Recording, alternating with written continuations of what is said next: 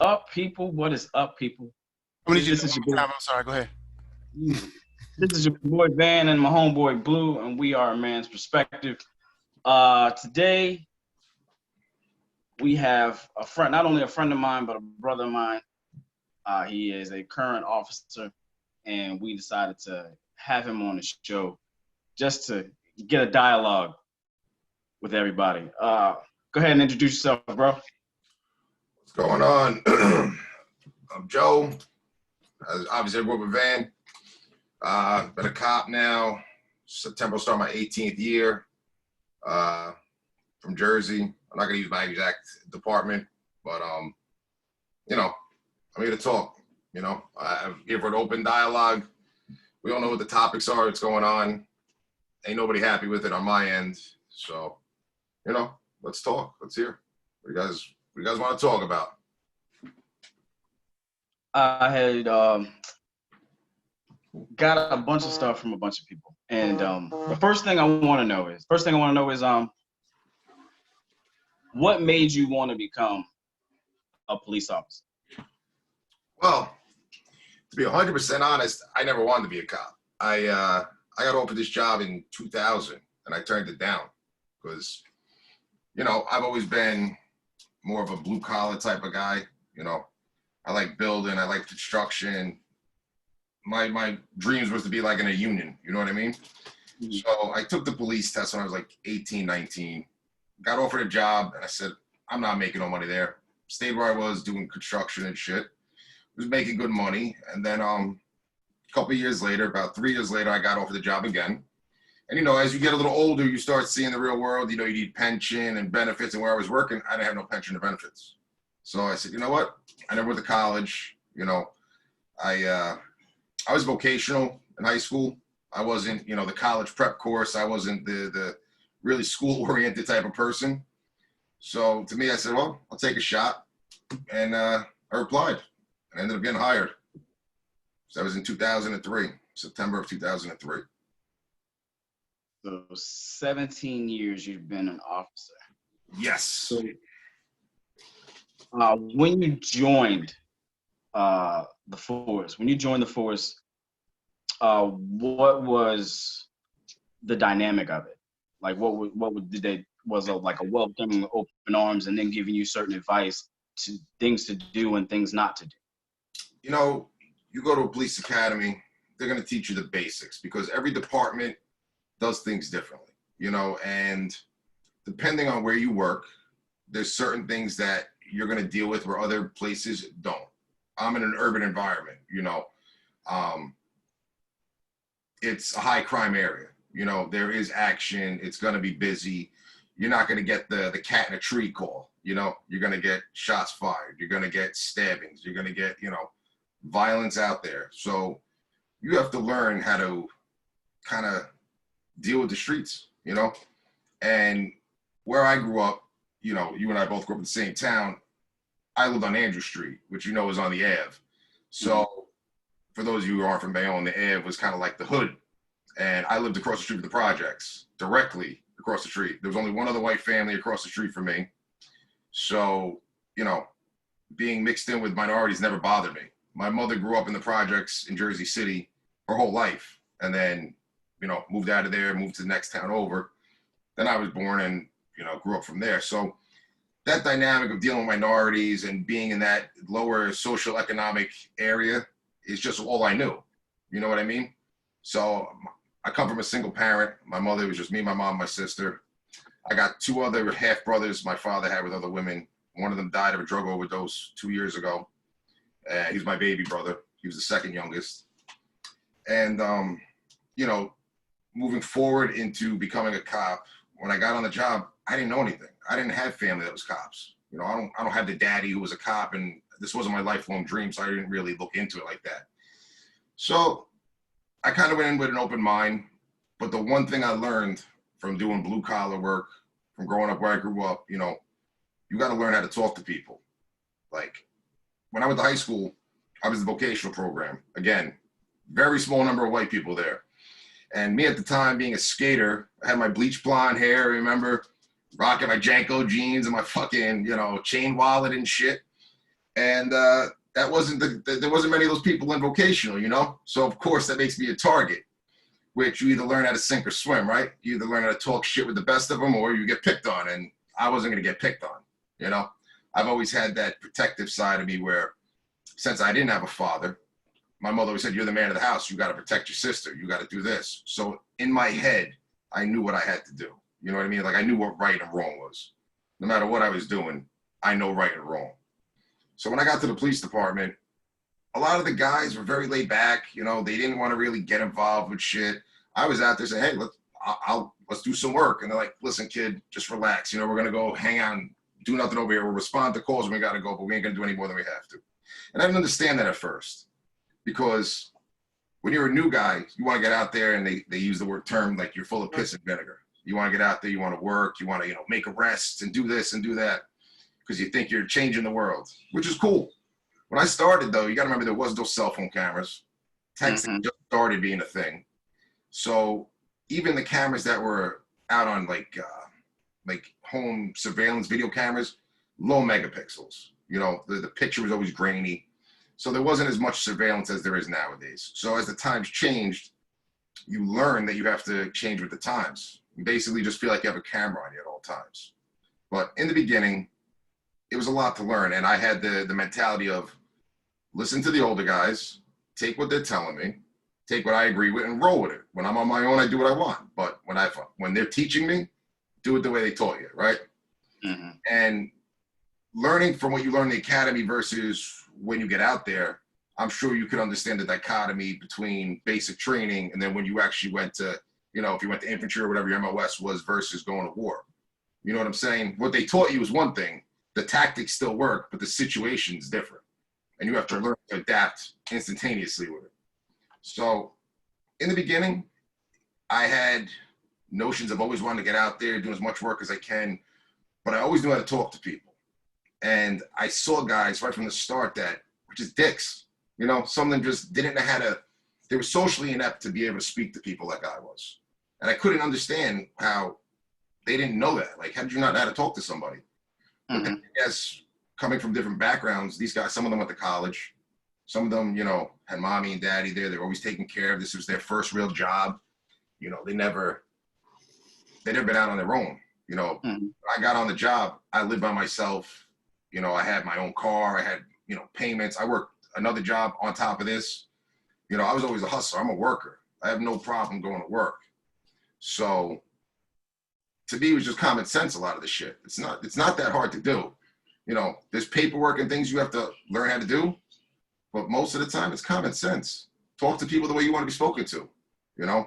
Treat people the way you want to be treated. And understand that at the end of the day, you're there to help the best you can. You can't save everybody. You're going to learn that, but you have to just do what you can, I understand. So how do you feel the dynamic and the atmosphere of the relationship between cops and the community is right now? Because with everything that is transpiring and everything that's been going on the past couple of years, we've seen Black and brown people get killed. We've seen white people get killed. We've seen Hispanics get killed. How do you feel that atmosphere is right now, and how can we fix that atmosphere? There's no simple answer on how to fix this. It's true. When I first started, the majority of people I was dealing with were the products of the late 80s, early 90s crack epidemic, where they didn't have a mother, they didn't have a father, they're getting raised by their grandparents, either they're in debt or jail, a lot of the kids. So they didn't have that strong family structure, which I can relate to. I didn't have the strong family structure. I didn't have a father. I didn't have a man figure in my life. So I understand being lost in some aspects. And sometimes to give you an example, some of these kids were never told, like, you were good at anything. And that's when they fall almost to looking for someone just to give them some guidance or make them feel like they're worth something. And, that goes into the gang life sometimes because they actually feel like someone gives a fuck about them, And there's a whole list of shit that comes with that. That's, it's got positive and negatives. Most of it is negative. The positive is that they can finally feel like they belong to something. They have someone who has their back. There's a lot of kids You don't got parents there, man, shit happens to you, you know, and there's no one there to protect you. So it's where we are today didn't happen overnight, you know, and there's been situation after situation that the media likes to blow up and portray selective journalism of certain situations. And some situations, as a cop, I know each state has different laws, but there's basic laws that are throughout everywhere. Some things civilians don't understand. Some things might look rough. They might look like, you know, they're doing something.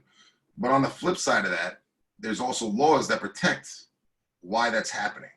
And if you're not really understanding of the whole law, or you get it from the internet, or you get it from, you know, Google, it's not always right, you know? And if you don't have a full understanding, it sometimes leads to not understanding why they're doing that. People are like, well, it's common sense. You shouldn't be doing that. You could say that, but the law also says when you're given a lawful order from a police officer, you're to comply. So that's where you get a mixed motion with people sometimes where, you know, they're feeling that they're being wronged and they don't have to listen. Officers are trying to uphold the law, and it starts escalating from there. And one of the things that it's hard for some people to do, and it takes time and training, and I know you can relate to this, is de-escalation. Going from a high-speed situation to having to take it back down, you know? Now the situation's over. Now you got to come back to earth and, you know, you get out of a hypervigilant state, start doing what's got to be done. But, you know, you can't keep taking it up and up when someone's going back down. You got to come back down with them. You know what I mean? Okay. So with what you just said, I can contest to, and so can Saad, is that when it comes to the training portion of when officers go through their training, I can say that the training that I went through in the 3 deployments that I went on, de-escalation is always first. Mm-hmm. We go from 1 to 5 because there's 5 portions of what we have to go through, and it all starts verbal, pin flares, etc. So when it comes to the training portion, do you think that the training failed, or they just didn't comply with the training that they went through? Because I can honestly say that like when it comes to the military portion, we don't shoot to kill, we shoot to disable. Mm-hmm. And shooting to kill, it has to go within the regulations and the rules that were set in place for us, because we fall under the Geneva Convention. So we don't want, because if it comes on to us, we're going to prison automatically. There's no ifs, ands, no buts about that. We're going to jail. If someone is killed overseas or something is blown up overseas and it doesn't fall within the rules and the regulations that's set by the Geneva Convention, we're going to prison automatically. Yeah. So with that, do you think that the training needs to be tweaked, or do you think the training is adequate with what's going on? That's a good question. You know, the training is like a baseline, okay? You got to get into understanding what your job is and what you're actually doing, you know, and fight or flight's a real thing, okay? High stress situations when things are going bad or going real fast, some people think they're good under pressure, and you know when they find out when they're not, when they're under pressure and shit starts going really bad really fast. You know, the training is just the baseline. You got to take it from that, and the only way to learn this job is through experience. And, you know, being a cop is the one job that if you fuck up, you end up in jail. You know, very few jobs in this world, you do wrong, you don't get fired, you go to prison, you know? And you have to really take that into consideration when you're acting. So getting back to what you said, the training is just a baseline, you know, because they can't teach you the same tactics like you would use in Jersey City versus a white suburban small little town of, you know, 5,000-6,000 people. They're just different tactics. It's different people you're dealing with. It's different situations, you know, and it's the dichotomy of social economics that gets involved versus people who grew up a certain way or haven't been exposed to certain things or don't understand what it's like to not have a family behind you. It plays into every situation, you know? And as a police officer, you meet random people. Anything you get called to or show up at or whatever, you don't know their background. You don't know if they have mental health issues usually. You don't know if, you know, they don't fully comprehend what they're doing. And you have to make that split-second decision on how to handle it and hope you're doing it right, because if you're not, you can end up in prison.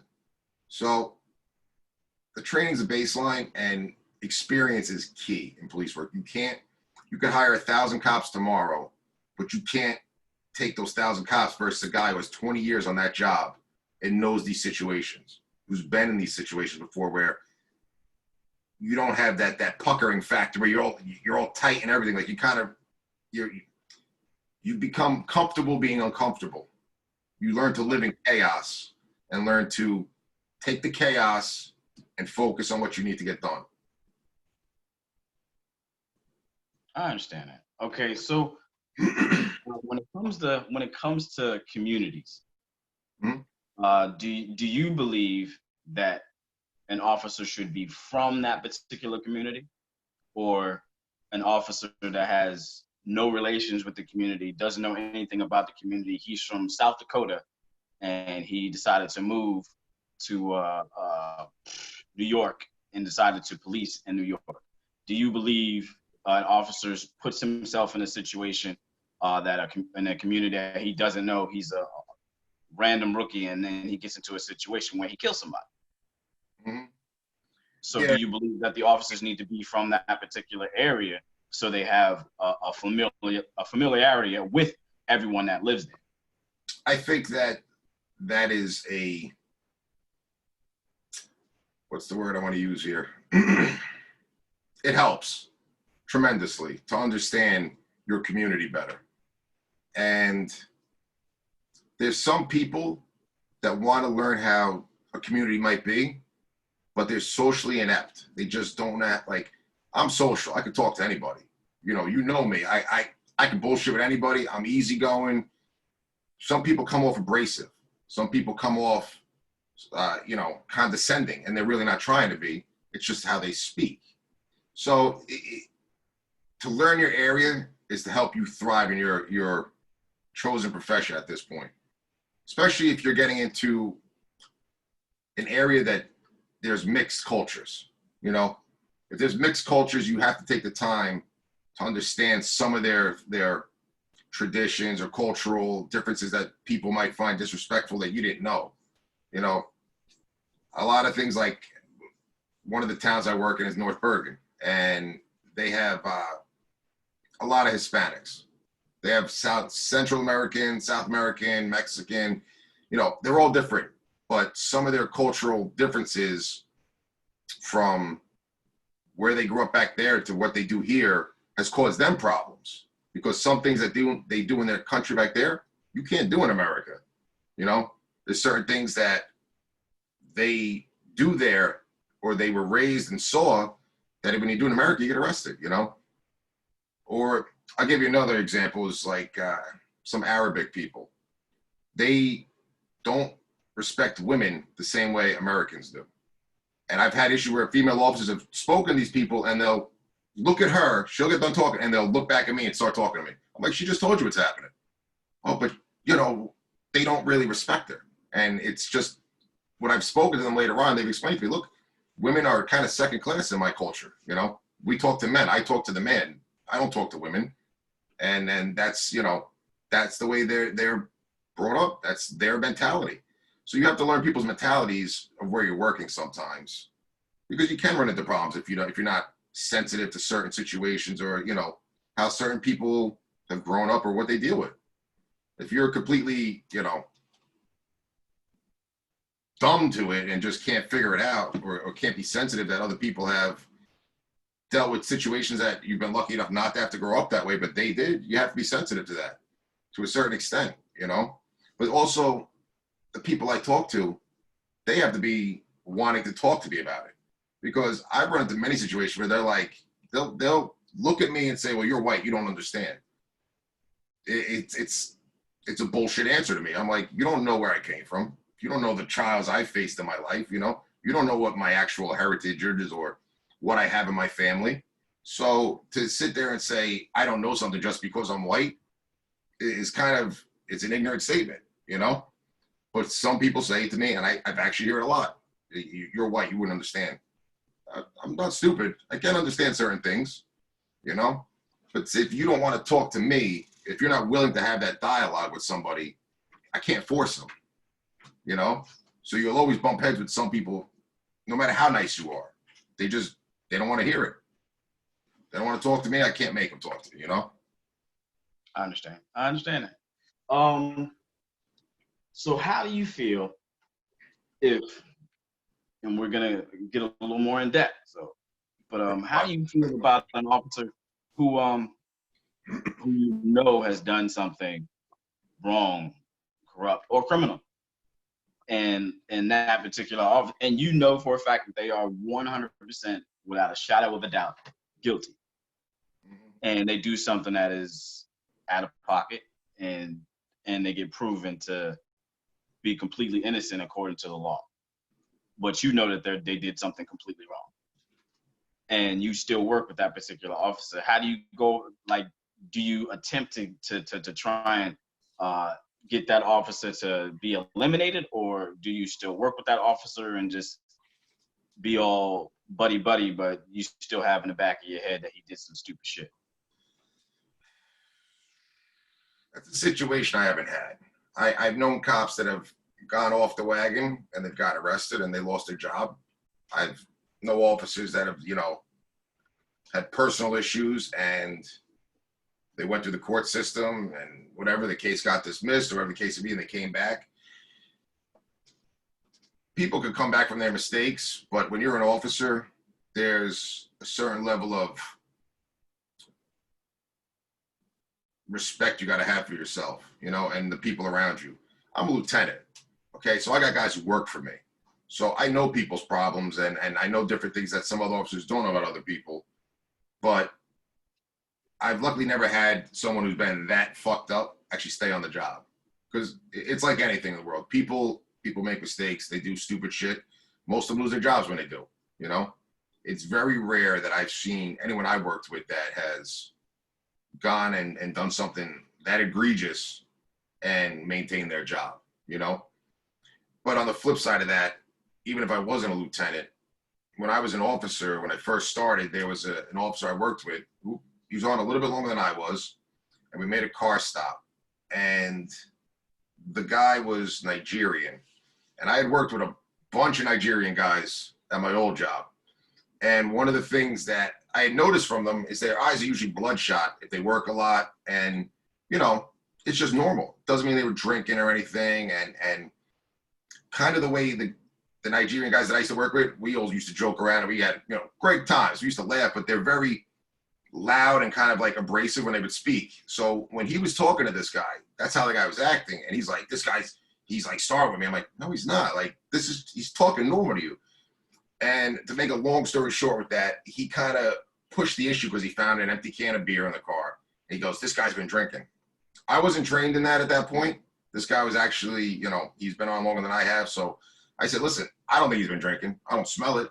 He goes, no, there's an empty can. His eyes are bloodshot. I said, dude, a lot of Nigerian guys, their eyes get bloodshot, And at the end of the car stop, I basically had to say to him, listen, you keep pissing this fucking guy off, I hope you can fight. Because I'm going to jump in, but you're going to fight for a couple minutes because you're just escalating a situation. And what that came back to with him is this particular person isn't able to speak to people without sounding either robotic or condescending. He's that typical guy who was in, high school and wasn't popular and got on the job, and this is all he has. And I don't think he arrested the guy. I think he ended up writing him a ticket, but him and I bumped heads because I didn't fall in line and say, oh yeah, whatever you say, we'll do what we got to do. Like, no, I told him, you're wrong. Like, what you're doing isn't right. And I'm not going to stand there and do it. If that's what you're going to do, then, you're on your own. And I think that's kind of what brought him back from trying to lock this guy up for something, because it almost seemed like he was just trying to lock somebody up. And he escalates situations by the way he speaks to people. And I've always spoke to people the right way. And this is just, it's been the key to my success, is being able to speak to people in life. You know, having to be able to create a commonality with somebody to have an open conversation, you know?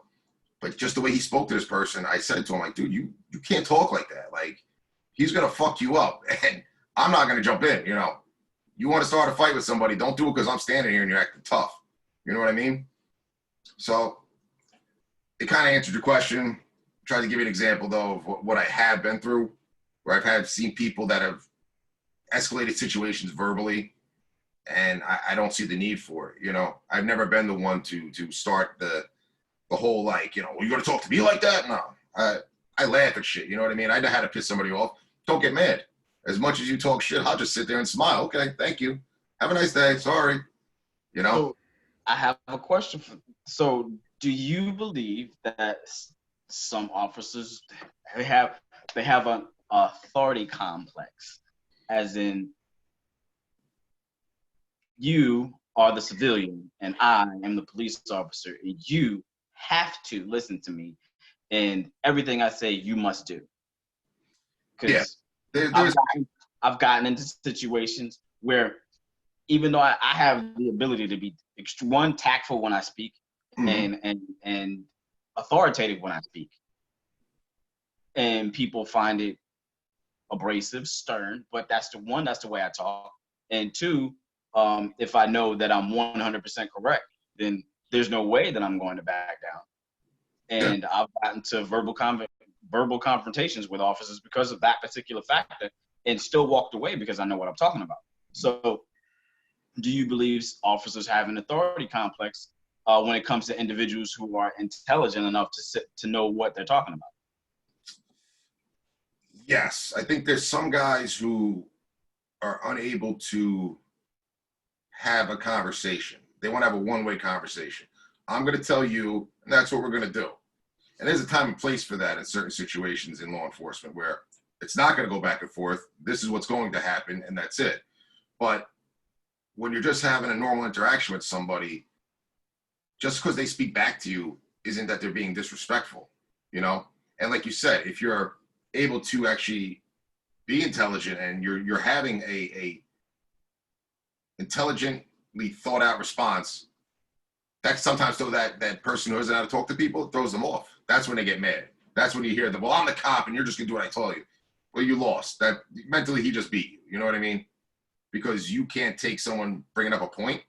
It's some officers do have the authoritative complex, just like the little guy complex. There's always been some little guys that, some little guys always felt like they had to try a little harder to make sure they, were just as good as the taller guys. It comes with some people. Some people have personality flaws that would prohibit them from having a successful career, because they have a chip on their shoulder with shit. You can't. You gotta talk to people. You gotta roll with it. True. I think on that note, when it comes to complexes, just real quick, I grew up right down the street from you, Joe. I grew up on East 16th. So we both come from the same area. So it's been a while. Yeah. Obviously, Van, you know me, retired military.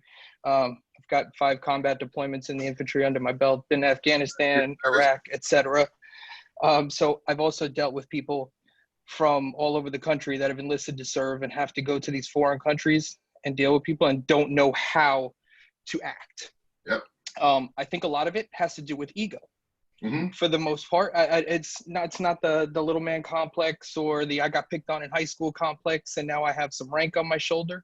I think a lot of it has to do with ego. When you're in a tense situation and a person presents a fact to you that blatantly renders your opinion wrong, mm-hmm. I think all of a sudden you fall back on your heels and it's like, listen, this is a one-way conversation. I don't want to do this anymore. And like you said, I think what it does is it causes you as the officer or, the soldier, whatever, depending on the situation that you're in, to lose all credibility from here on out the rest of the way. Because anybody who's seeing that now in the day and age of cell phones, that got that video, mm-hmm. the first thing they're going to say is that person, whether it's that officer, that soldier, that person lost all respect because they could not come back with an educated opinion. to continue the discussion, that they just wanted to end it right there. Mm-hmm. My question just really kind of goes back to the one previously when we were talking about how you act when you got people that blatantly fuck up, and then all of a sudden they're still on the force. This detective that had his knee on the individual that passed away's neck had a long list of complaints and things like that against him for being over aggressive, where a pattern probably could have been looked at, whether it be, from various departments in the force, to say this guy probably should get some help before he's back on the, back on the beat, so to speak. Mm-hmm. When you have situations like that on the force, and you got people that get off on, whether it be the findings are, there's not enough evidence to prove something, or they get off on a technicality. Mm-hmm. The perception in the police force, how is that? How do you look at your peers that have situations or just known, you know the guy, 10, 15 years, he's got anger issues, he's always in some sort of problem, but they can't fire him for it. Mm-hmm. How do you guys, I know you got the thin blue line, you guys all, you back each other up, and that's great, because we, Vann will tell you, we do that stuff in the military too. Absolutely. How do you guys deal with that behind closed doors? Because at least here in society, when the rest of us see everything that goes on and incidents like that's going on in the country right now, that's why you got that divide on social media, where people are on one side or the other, rather than trying to come to the center of the table and have a discussion to get this better. If you know someone, like you said, like a hothead, as in my position that I'm in now, I have the ability to put people where they will thrive and where they will not be a fucking pain in the ass or get themselves in trouble. I can pull them off the road and put them on the desk for a couple of days if I need to. Like, I have the authority to do that. Not everyone does. So to touch on what you said about the guy who has knee on his neck, a lot of cops that are very proactive, you end up getting complaints written against you. Whether you did everything right or wrong, some people just don't want to be, they get pissed off when they get arrested, they make something up. And sometimes it's bullshit. And sometimes there's some factual basis where you can understand why that person felt that way. It's a case-by-case basis. There's no blanket answer to that. But when you know someone has, I use people's strengths. And being in the military, which thank you guys for your service, both of you. I know if anyone else is here too, thank you. I appreciate it. You use people's strengths. If you know someone is good at one thing or another, you might send them to that job where they're more sensitive to talk to people. And, the guy who's not so great at talking to people could go handle the block driveway call or the stupid car accident that no one's hurt. They just got to take a report where it's not so much interactive with people. But you don't forget, you don't forget that this guy has this or done that, And I'm sure in the military, you've had the same thing where people that, if he drinks, he gets a little crazy, so we don't go out with him, right? You're still friends with him, still work with him as far as you have to in job, but when it goes past that, you're like, nah, I'll leave him over there. Same thing on the force. When you know someone's known for being a fuck up, as a lieutenant, I'll keep him away from being able to fuck up. I'll try to give you as much leverage to not get yourself in trouble, whether it be, you're not on the road, or you're on a fixed post, or you're on the post where nothing happens, the least amount of things. And that's kind of how you try to handle it. You know what I mean? I try to take people for their strengths and use them where they're good at on certain things, because everybody is different. And some people are able to have a conversation, and some people's personalities just don't allow them to. Some people, they're just not talking it, they're one-word answer type people, and it's you can't conversate with them. So you learn to use people's strengths and where they're good and where they're bad and what might help them or help a situation, depending on what they're sending them to and things of that nature, So we got a question. It says, what does it take for someone to get fired from the police force? Well, it depends on the force. Every department and agency is a little different, okay? In New Jersey, we have, the Attorney General guidelines. And from those guidelines, they're like your baseline. Your department could have SOPs or they cannot have SOPs. SOP stands for Standard Order Operations. And they basically, if you have SOPs, they tell you every single thing you do, from the type of toilet paper they got to the type of fucking uniform you're wearing, the literally the material, everything is mapped out in this book. It's like God. It has every answer for you. And in that case, it's very black and white. If you either you did it or you didn't do it. So to get fired, it is very situational, and it can also be, in some departments, there's a lot of politics. You know, Hudson County is very political. You know, if you have the political backing of certain people, you might get away with more. And, you know, it is what it is. Is it right? No, but this is the world, and the world's not perfect. And I'm not going to sit here and bullshit everybody. There's certain people that, you know, have more carte blanche to do certain things at any job. You know, daddy was the president of the club, so this person's going to get away with more. If my father was the chief of police at one point, you know I'm going to get, you know, I'll be able to get away with a little more fucking up. Nothing criminal. When it gets to criminal, it's a done deal. You know, there's no hiding criminality, especially in today's day and age with the cameras, the cell phones, body cams. You can't hide that. This isn't, you know, the 80s where we didn't have cameras and, you know, the good old boys could get shit wiped away. It doesn't work that way. All right. Everything you got to basically in your head think you're being videotaped. So in this day and age, you can't lie. Lying will get you fired right off the bat. If you lie as an officer and you can be proven that you lied, your credibility is gone. There's no point in you being an officer, because anytime you go to court, you're going to be made to look like a fucking liar. So to answer the easiest way, criminal. Anything criminal can get you fired, depending on the degree. You know, there's 4th degree, there's 3rd degree, 2nd and 1st. Obviously, 4 to 1 goes up higher. The lower the number, the higher the crime. A disorderly person's offense, you know, you get into a fight with somebody, a mutual fight, you punch somebody, it could be considered a disorderly person. You might beat that in court, or you might get, you know, that stay out of trouble for a year, and then your job could either fire you, or they could do like intense supervision where, you know, you have a supervisor on every call you go to, or you're on probation, or you're suspended. You know, it's usually a totality of situation to get you fired, unless it's just something outright criminal and you get indicted. So here's a question. Doing a little research, obviously, prior to this call, just to go back to the complaints. Mm-hmm.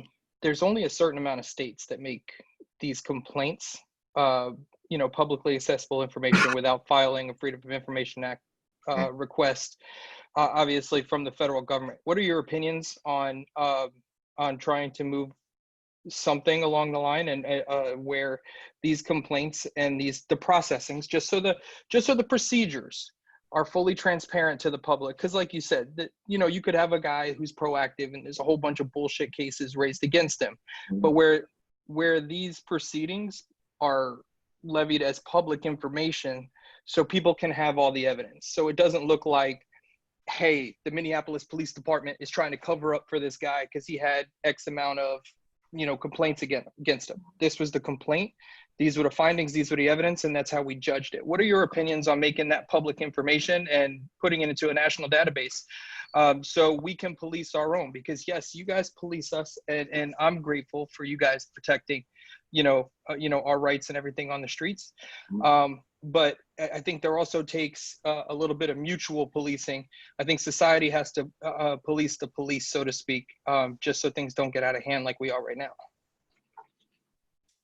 It's a good point you brought up about being transparent.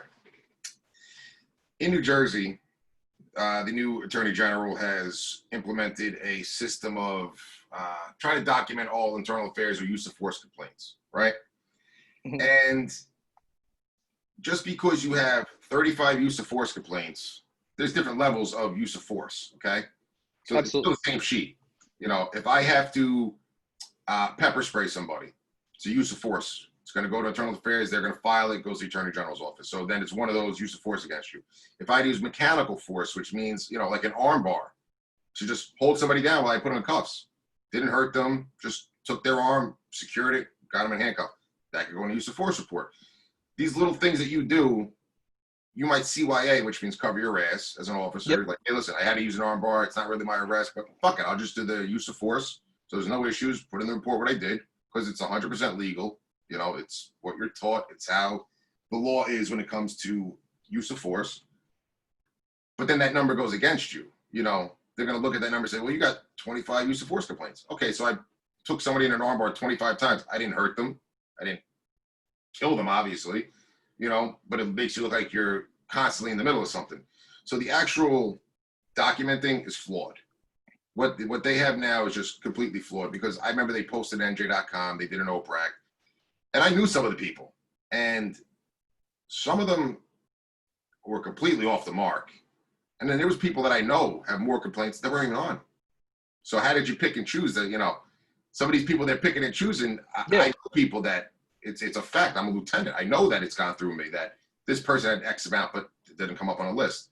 So the actual documentation and the way they're doing it is flawed. And unfortunately, when there's an open investigation, which internal affairs takes a very long time, it's not like a court where it has a set median of time usually to resolve a case.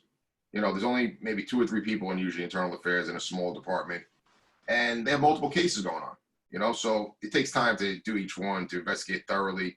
So when people are asking for information, sometimes we can't give it to you because it's an open investigation. Some things can't be out to the public. You know, they do this very often with bolos, you know, that they put in the news. They're telling you certain things, but the reason they're not telling you everything is because if we bring somebody in and they mention something that we didn't put out there, then how did you know that? You know? No, absolutely. 100% agree with you on that. You have to give the public what the public can handle at that time, especially if there's an open investigation. I was more focused on when the investigation has been closed. So, I mean, obviously, if I file a report against you today, that won't be public and tomorrow, you know, that I'm advocating for that to be public when it's case closed, when it's gone up, it's been reviewed by the Attorney General, whether it be from the state or depending on whatever escalation levels are in place. When it's been reviewed and signed off as, okay, this was appropriate or this was inappropriate, I'm just advocating for making that public information. So the public, and not necessarily just me, but somebody can help identify and say, hey, because just a little background, I do a lot with veterans affairs and mental health issues. If you see a trend, you know, I don't know what kind of resources are available to police officers. I'm hoping there should be a lot. But if there's agencies.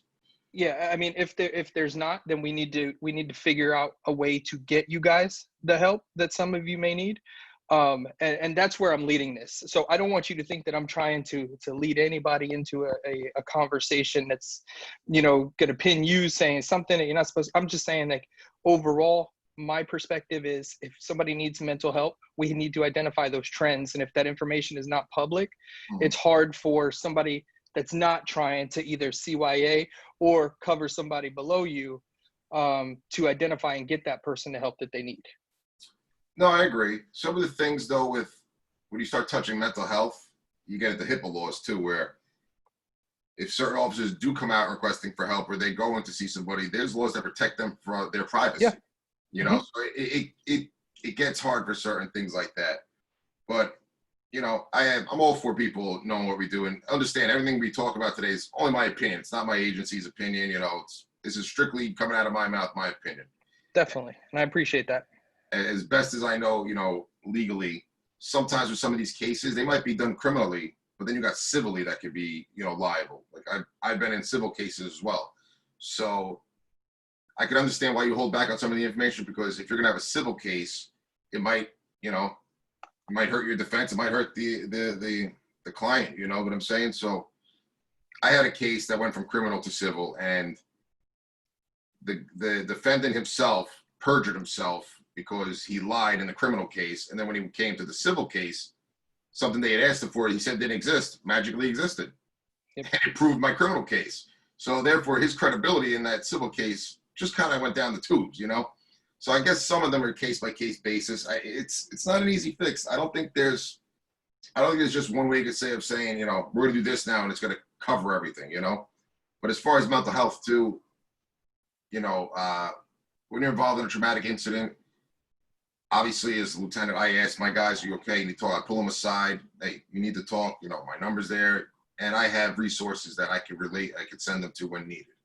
You know, I've had situations where some of my officers have been involved in things that were traumatic, and you know, I got them off the road for a day or two, let them chill out. You know, got them someone to talk to so they could, you know, get their feelings out if they needed to, and that's all you can really do for some people. You know. No, definitely. And listen, I've had friends that have killed themselves on this job. You know, I know people that have taken their own lives, more than one, and it's terrible. You know, I don't know why they didn't try to talk or whatever the situation was that drove them to it at that last minute. But I've had people commit suicide. You know, I've had people very close to me commit suicide that I've talked to them about it, and they told me that, you know, thank you for talking, I feel better, and then, you know, 2 months later they did it. So it's a tough situation when it comes to mental health. And I'm sure as veterans, you all know people that, you know, Yes, have, we do. I mean, Absolutely. you Everybody has their own demons. It's just all Absolutely. about figuring out a way to help them fight those demons. And like, you know, touching back, like you said, ego. Some people, it hurts them to have to come down and actually ask for help. They don't want to admit, they think it's a weakness. And, you know, that's ego. That's your ego. Yeah. And if you're going to die over it, it's pretty sad that you can't come to yourself and say, I need something. You know, like I said, Van knows me pretty much our whole lives. We've known each other since we were like 10. Okay. Mm-hmm. And then we both ended up serving. And like I said, I'm a career infantryman. And I've had to swallow that pill of pride to say, I need to get help. Yeah. Because it was not only affecting me personally, but it was affecting my family around me, my friends around me. So it is a tough pill to swallow. But I can sit here and be the advocate to say, when you swallow that pill, yeah, it's rough going down. But man, it feels better once you get it resolved. Absolutely. I 100% agree, because crazy thing is the individual that told me to go get help is Saad, because I was having issues with my PTSD, and I called him, and he's like, hey man, go to the VA, get you a VA specialist, and they'll get you the help you need. And that's exactly what I did. I'm fine now. I know how to deal with my issues. I know how to deal with all of the crazy stuff that pops off, like the 4th of July, etc. So I condone my homeboy for telling me to go to get the help. But the question I have is, there's been that atmosphere that's still here, and do you feel that there's a targeting towards Black and browns? And that's just throwing that out there, because I've seen people, like I mentioned, that don't belong in the community, that automatically say somebody doing something that's absolutely 100% legal, doing absolutely nothing, and there's like a target. So do you feel that police officers target the Black and brown community? I don't think that they target them. And some situations, like where you work, the demographics of where you work, your numbers change under the people that you're going to interact with. You know, if I'm in a predominantly Black neighborhood, anyone I stop, more than likely is going to be Black. Am I targeting a Black person? No, I'm targeting someone that either committed a crime or, you know, an infraction or making a motor vehicle stop, you know, depending on the situation. But I don't know anybody that outright said, you know what, I'm going to find every Black guy today and I'm going to write him a ticket, or I'm going to find every Spanish guy, or I'm going to find every Asian guy. I've seen people who have had their own opinions on different minorities, and they were still treating them fairly, you know, and I commend them for that, because some people are unable to do that, you know, and I'm not going to sit here and tell you, no, cops don't do that. Absolutely. I'm sure there's certain situations that you know who belongs in that area and who doesn't. I'll give you a prime example.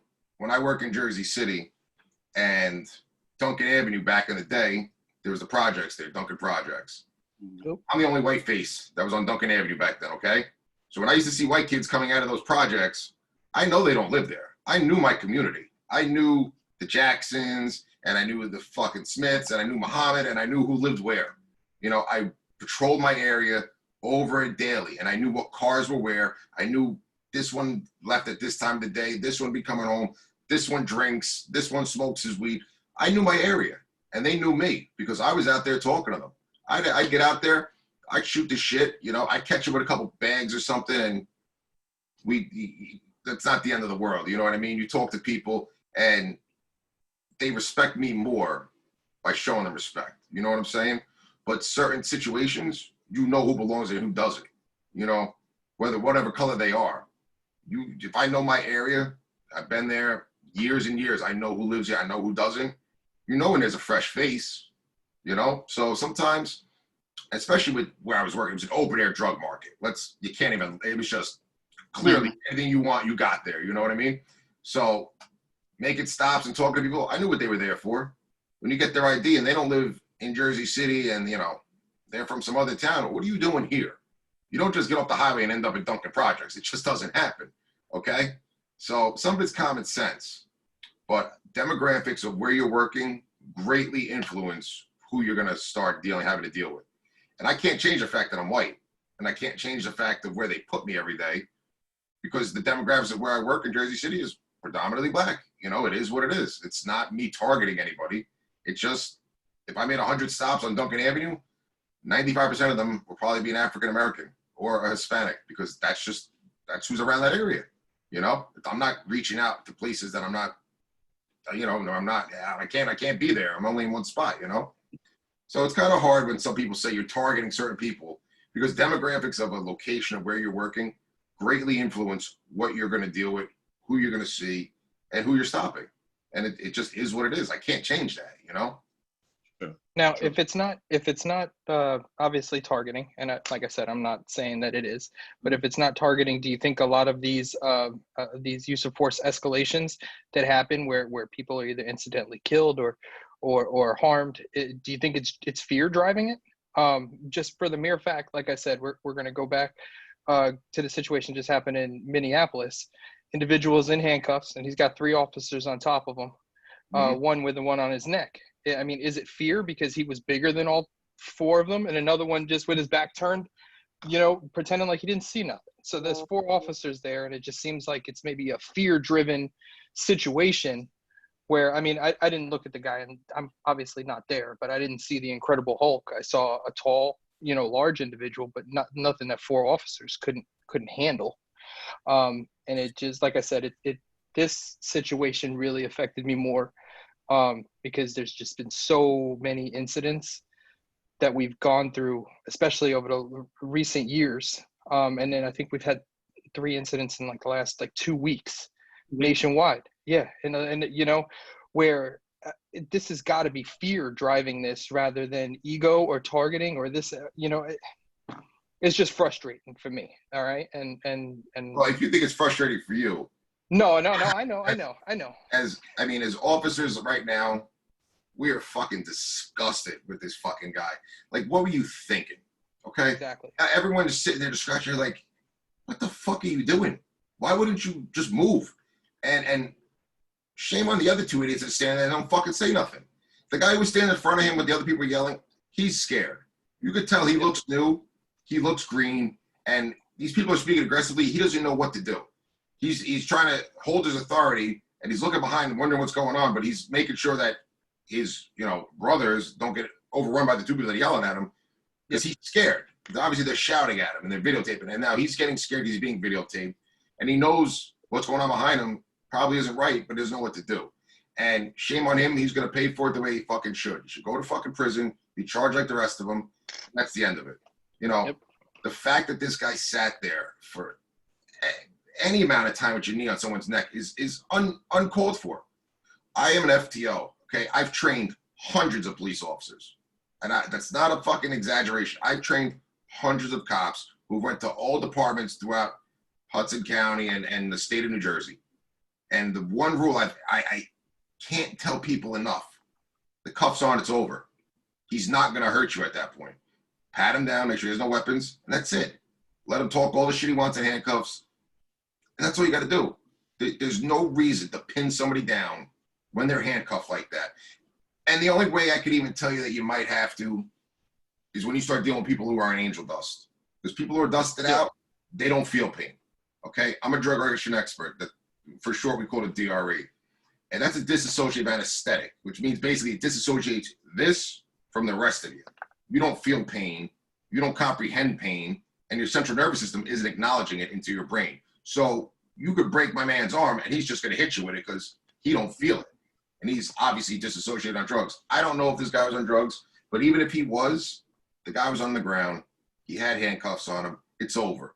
Like if you really wanted to just make sure he didn't move, you could have held his knees down so he can't get up. Obviously, Yep. your hands are behind you, you can't get up. And I'm not. I just it angers me because as dumb as that fucking guy is, he just put my life at risk. He put every guy I work with at risk. He put everybody in this whole fucking nation on fucking high alert because he's an idiot.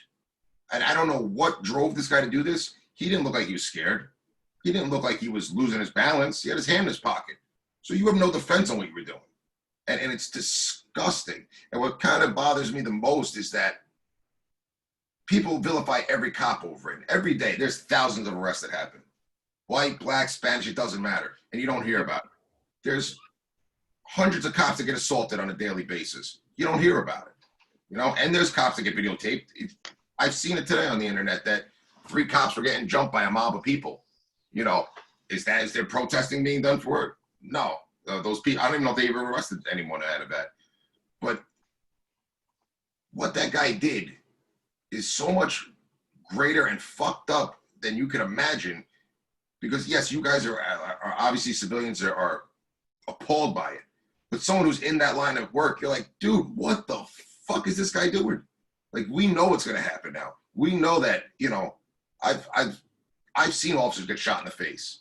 I've been there when cops get killed. Okay, I've had people try to kill me. I've been in, you know, several shootings. I'm wearing a shirt right now for my friend Joe Seals. Grew up with him, 20 years. We started the job together. He got fucking killed in December. You know, like, you guys know me. He's from We town. all know. And listen, I was there. Okay, I was there getting fucking shot at for X amount of minutes. It's a shitty feeling. And, you know, when that happened, it's almost like reverse on the street because then the criminals know it's game on, right? Then you know it's going to get hot in the neighborhood and everyone's going to get locked up because there's a lot of things that happen that as officers we know is going on, but maybe you don't really stop, right? Maybe not just getting that guy who has the 1 bag a week because it's a bullshit arrest and he's going to be out in 2 hours. You can spend more time doing paperwork. But when you kill a cop, you know you just made the whole block hot. So when you're a drug dealer, you don't want to kill a cop. You can hate cops all you want. You don't want to kill one because you know there's going to be backlash, right? It's going to bring heat down. Well, it's the same thing right now. You don't want to kill anybody during an arrest, you know, especially someone who's unarmed and in handcuffs. You know, it isn't like the guy was fucking shooting you. The guy was on the ground. There's no possible way to defend what this guy did or any of them at that point. And every cop that I know has said the same thing. Like, it's just disgusting. It's the lowest level of being a cop that you could, like, I hate to even call them cops. I just want to call them pieces of shit because that's all they are. You know, there's not one cop that I know has even tried to defend this. And it's not going to stop the backlash. You know, it's not going to stop, like, we're on your side. You know what I mean? Like, we agree with all of you. That's fucking wrong. And at the end of the day, they're still going to come after us. You see what's going on. Yeah. Any cop that's been attacked over this did not defend this. Did not condone this, did not think that this was any way, shape, or form legal on what the fuck happened. And we're still going to pay for it with, you know, with our blood for something that this fucking moron did. Sorry, I'm getting really like cursy. I'm just a little. Nah, it's a hot topic for me as well because, you know, I got a family, I got a small child, I got a girl, I got a life, I got people depend on me. I can't get hurt. I go to work to get a paycheck and do my job and try to keep people safe. I don't go out there to you know, have to worry about getting shot at every single day over something I didn't do. You know what I mean?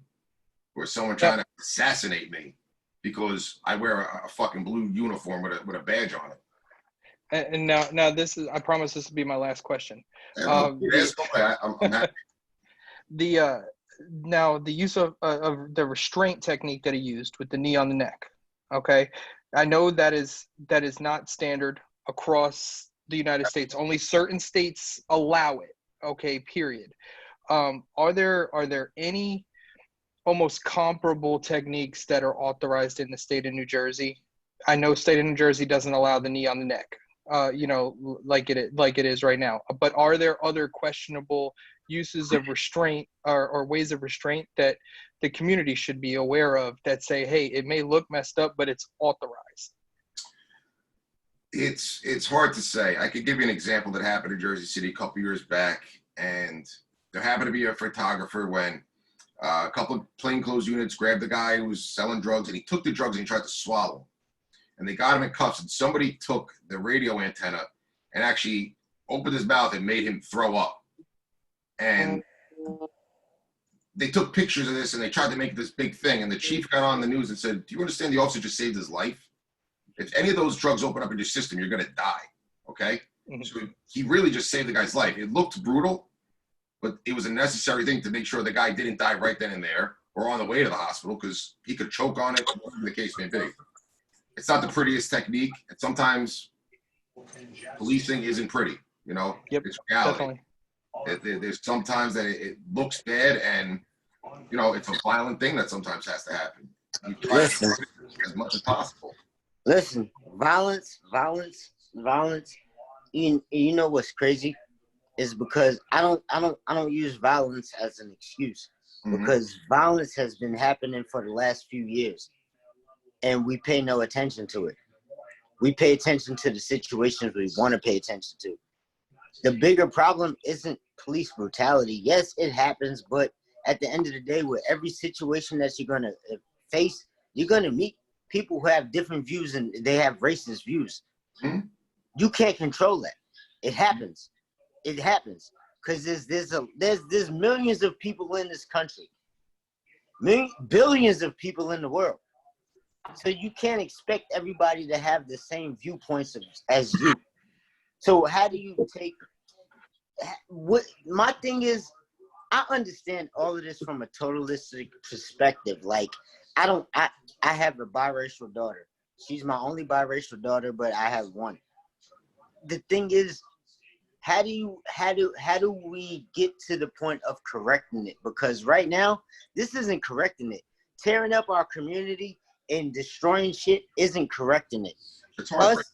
Yeah, it's not. It's not, because you know why? Because tomorrow a baby's not gonna have milk. Exactly.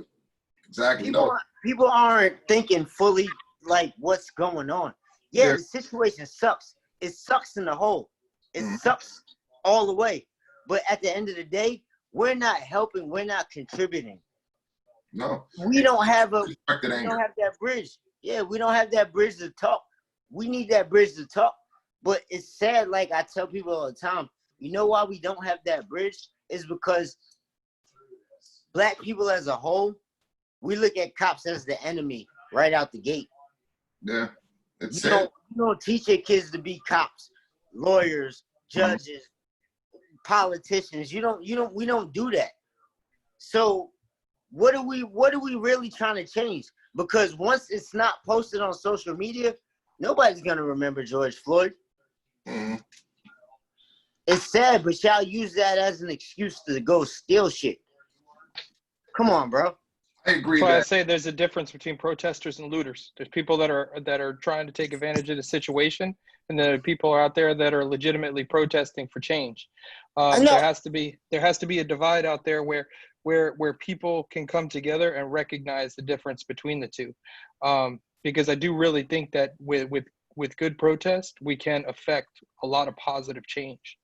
We can. We always can. We always can. But the problem is, like I've been telling people for years, and I'll show you Facebook posts from years ago, probably 10, 15 years ago.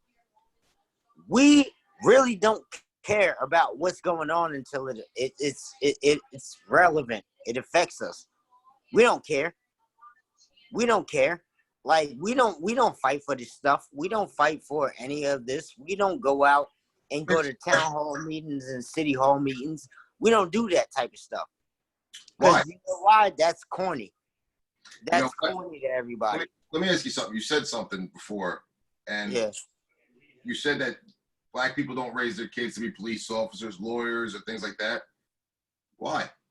Because the hood doesn't like cops. Listen, I understand that. My family grew up in Curryswood. I'm from Bayonne, so I know. Yeah. I'm from Bayonne. I know. My family grew up in Curryswood. And Yeah, we all I are. lived on Andrew Street, you know? And coming from a single mother, no father, we were poor, I can remember the Bayonne Economic Opportunity Fund, 22nd and Kennedy Boulevard. I can see what it looks like. But that's what I have to used to get. My But daughter, the thing is though, so and I don't even want to cut you off, bro. I don't even want to cut you off, but I'm gonna tell you something that's very truthful. The thing is, I get the same type of hate. The same type of hate. I've never been a cop. I wasn't an MP, but the same type of hate from people because I went to the military when I had the opportunity and my life is better than theirs. Yeah. They just don't like it. They don't It's like an it. institutionalized train of thought. It's an institutional. No, they don't like that. No, them. No, what it is they don't like that. My life is secure right now because really I don't have to work a job unless I want to. Because my decisions at 18 to go into the military changed the way my life is sitting right now. So I'm not oppressed. I can't sit here and identify with a slave mentality when I've never been a slave. Yep. I think that's a close. I can't do that. I think I can't. Yeah. I can't if sit they here think of that mentality, you ain't thinking big enough to grow. You know, I come from nothing. I don't have anything in this world that I didn't work for. You know what I mean? I know some people think, well, white people come from these families that have money and shit. I was fucking poor. We had welfare Christmas. Like, my mother. I'm sorry, I need to step in for 1 second. You do have a white skin, and I'm a white single mother of a biracial little 4-year-old boy. And he could grow up and talk about he didn't come from anything or he came from a single mom. But my proximity to suffering and to African American communities, it's taught me it's not about, I identify with you because I'm right there and I come from you. My family's from Newark too. My mom was in the ER as a nurse during the riots. But it's taught me that my white skin has given me so many other advantages that other people don't have. So I appreciate where you come from, but it's not the same, and you don't understand. And you talk about bumping heads with people when they tell you, that you don't understand where they're coming from. As Black people, you do not understand. I will never fully understand my son's life, and that means we live in a really fucked up nation. Well, let me ask you something. Just say that and I'm out. And I can tell you, growing up in Bayonne, I was picked on by the cops. Van knows that. I've been arrested multiple times when I was a juvenile. That's not unknown. I grew up living literally in the middle of all the same Black people that got fucked with, just like I did. So, I don't understand just because I have white skin, that doesn't change who I am. I didn't have any fucking special treatment for anything. I mean, if anything, it almost makes my job harder being white now, because if I'm in a predominantly Black area and I do have to use force, they automatically just say what you said. It's a white guy beating on a Black guy. They're not going to say, hey, the demographics clearly state that I'm the minority at that point, because there's no more of the white people in the area, it's just me. And whatever the situation may be that I had to possibly go hands-on, I'm going to be guilty because I had to do my job, just because I was white. I don't agree with that. I think where you come from is where you start. It's not where you finish. I didn't have anything handed. I didn't have a father. We don't come from money. We were poor. I was on welfare. I grew up on welfare. You know what I mean? Is it just because I'm white and he's Black, we're still in the welfare office getting the same fucking food stamps? They didn't give me anything special because I was white. It was just, I went to Bayonne High School. I went to public school, and wore the same fucking clothes every day. I didn't have to change of clothes. There was nights where my mother didn't eat, or me and my sister, shared a can of Spam. It is what it is. That I took that. Yes, my father did not want to be there anymore. Because I took it. I tried to get myself into a position to get an opportunity. And listen, I tried to get in the military, and I had surgery on one of my lungs when I was a baby, and they wouldn't take me.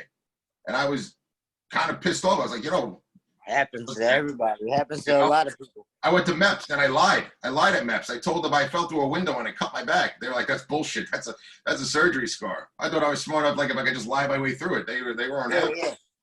But and it was just something I took that choice though. I needed to do something. So I tried to go to the military and it didn't work. So I tried the police test. I tried the fireman's test.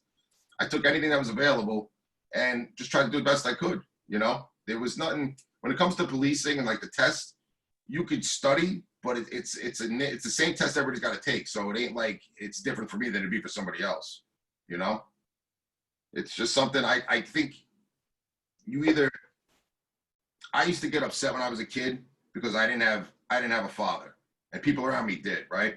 And I didn't understand why I didn't have a father, you know. But when I was in school, I had to explain what a divorce was. My father was an alcoholic who used to beat the shit out of us, and I mean, he used to beat the shit out of my mother. He was violent. He used to let people put cigarettes out on me. You know, I took that abuse, and my mother told me when we finally got rid of him, and she said, "You're the man of the house. You need to protect your sister." I took that serious because I didn't have anybody else. Nobody protected me except for my mother. And that was my turn to step up and do the right thing. So my mentality's always been trying to help people, you know, trying to protect someone who can't protect themselves. Because I knew what it was like to be a victim as a child of not having the protection that some people did, you know? And I just always use that as my driving force to keep moving forward. If something closed in front of me, I just go around and try something else. I failed at a lot of things. You know, there was nothing ever easily given to me in life. I had to work for it all. And there was plenty of times that things were unfair and people that didn't work as hard as me got more than I did. And I can't change that. I don't worry about that. I worry about me and what I got to do for my family and how I get ahead, you know? I don't hold anybody else responsible for something I don't do, because if I didn't put the time into it and I didn't bleed for it or try, I can't blame somebody if I didn't get it. You got to try. You got to want to do it, and it's not always going to work. It's trial and error. You got to keep at it, you know? So get up 9. Here's a question about responsibility. Now, everybody's always saying there's good cops, and I know that there's good cops. But if, in my personal opinion, and this is on the military side too, because I've done it myself, and Saad probably has as well, like getting rid of jokers that don't need to be in there. If a good cop sees a bad cop doing something, and does absolutely nothing, doesn't report it, doesn't say anything about it, and the bad cop writes this report, and this report is completely false, and that good cop knows that report is bullshit. In my opinion, that good cop is not a good cop anymore. I was just gonna say that. If you don't stand up to it, you're complicit in it. That's it. If you know something's wrong, every officer who takes that oath, just like each one of you in the military took the oath to uphold the Constitution, if the guy next to you's not doing it and you don't say shit, the onus is on you to step up. The onus is on that person to take that oath that they took serious and maintain the integrity that you took. You know, you take this job with a level of integrity you should have. There's a level of maturity you need and a level of integrity. And can it be like a Jedi, like, you know, like the light side and then the Sith?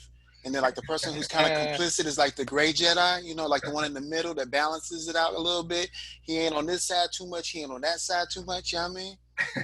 Hey, listen, if you know it's wrong, there's no right way to do the wrong thing. Integrity is the strongest trait a human can have. Yep. Absolutely. And integrity is what you have when no one else is watching. Exactly. I have a question. It's the Army definition, at least. Yeah. This probably be like the closeout. What can we do as a society, or what police officer trainings can be done? What needs to be done to, I don't want to use the word fix, but that's the only word I can find in the English language. What can we do to fix this situation? What can we do to have a better society where police are adhering to the code of protecting and serving everyone, not just certain populations, and people feel confident in their ability to do so and do it fairly? What do you think needs to happen? I think with one exception, we can't get rid of Trumpageddon, so that's the one thing we have to leave on the table, because he has another 4 years. Okay, go ahead. Minus any presidents or anything involved in this, it takes both sides to want to bridge that gap. You know, I can extend my hand, but if you don't want it, you ain't gonna take it. You could bring a horse to water, but then you can't make him drink, right? I can open myself and say, hey man, talk to me. You know, let's talk about this. Tell me what you need to understand and I'll help you. Some people aren't stupid, but they don't know the law. So they get misguided by certain things you might read on the internet in this day and age. You know, oh, they said this, so that must be, that's not always true. You know, take time to come over and talk to somebody. And listen, not every cop is as friendly as I am, and it is what it is. People have different personalities. Some people will never get along. It's just gonna happen. Some people have those they just don't jive. But I think the big thing that people could do is just try to talk. Learn to talk to each other.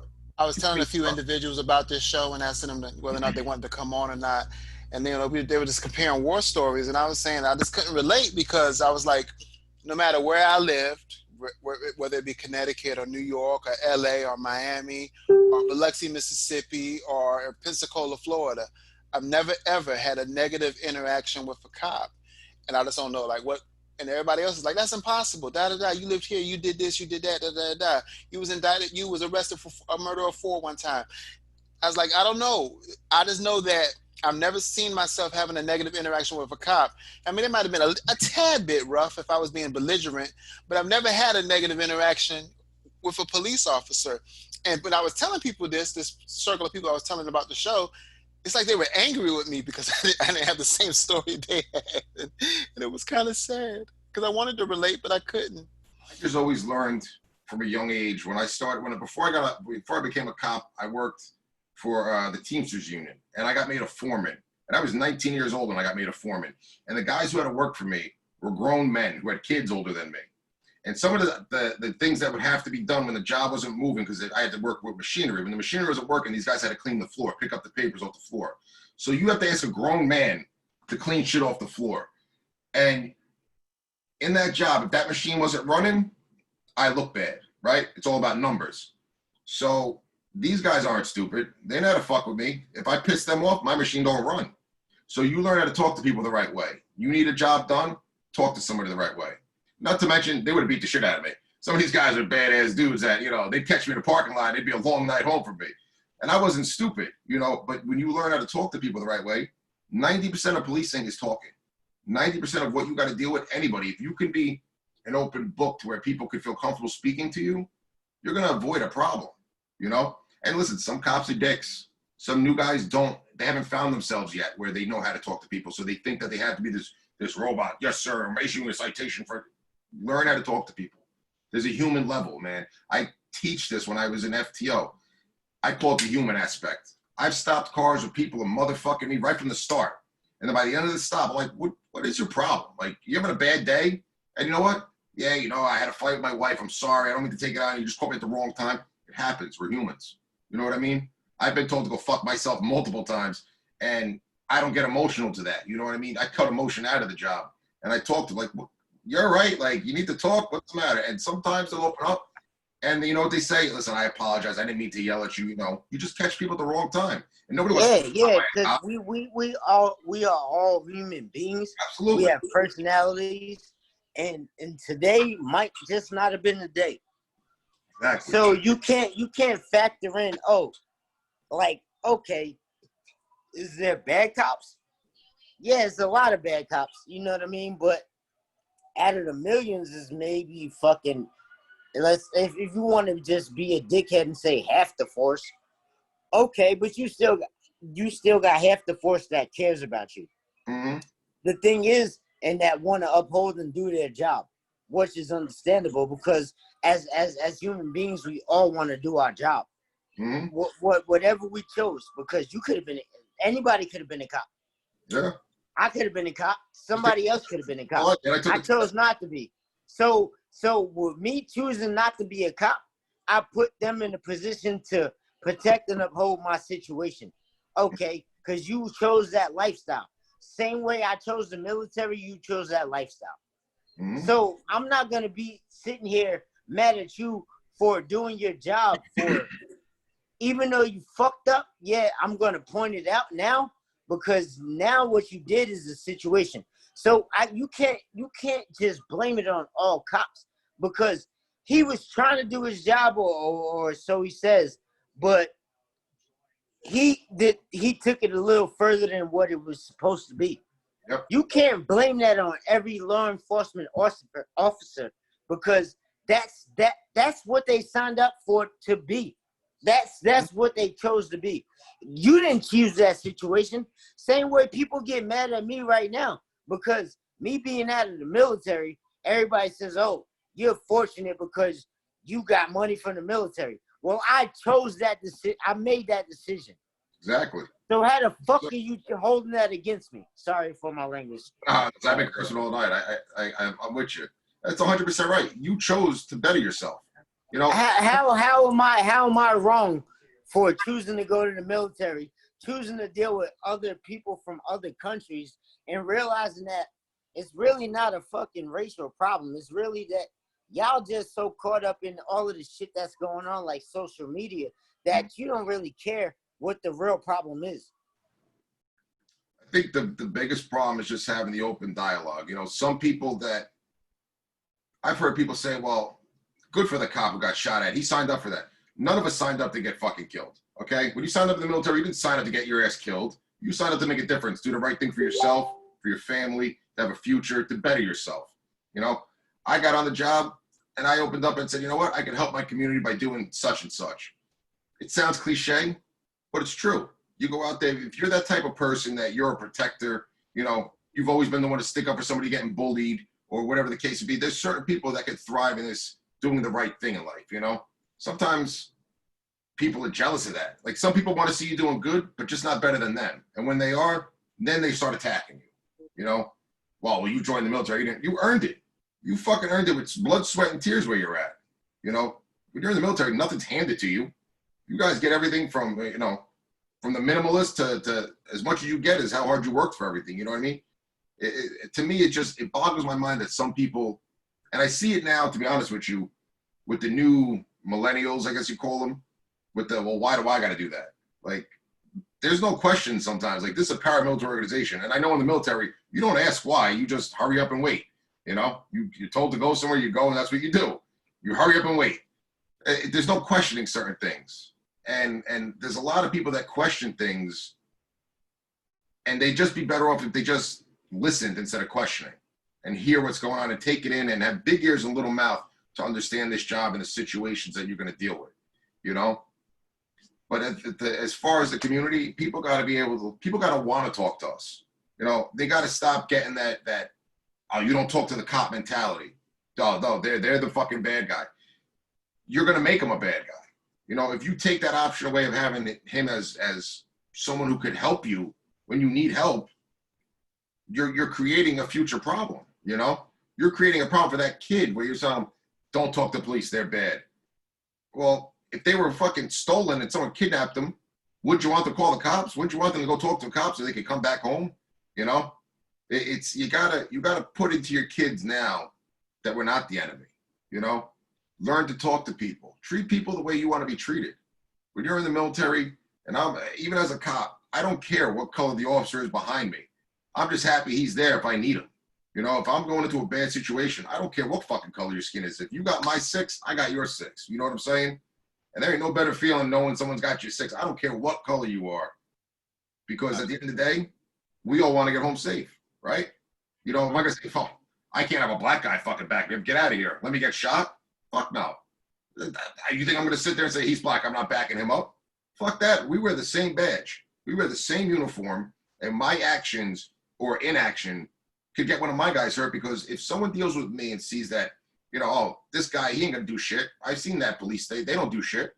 Well, then, you know, they're going to run into the next cop who will do something, and you know, it could end badly where they thought they could disrespect somebody because they got away with it with somebody else. You got to maintain, like I said, integrity. You know, when I put that uniform on, I do the right thing. People see me doing the right thing in this uniform. So when they see that uniform, they know that that guy does the right thing. You know, we all, we're on the highway, and you see the state police pull out behind you. They're driving. Everybody, including myself, I'm like, oh, fuck, I'm getting pulled over. Nobody likes seeing New Jersey state troopers behind them because they know they're on point, right? They have a reputation of being on point. No, you know, all business, no play. They're not known for their their big friendly interaction. Exactly. They're It's very black and white, no gray area. Yeah, they're very You're right or you're wrong. Hey, and they're not bad guys. I know a lot of them, they're not bad guys, but they are just that type of mentality they're given, and that's what their community's about, and it works for them. I get it. But you understand what I'm trying to say. Yes.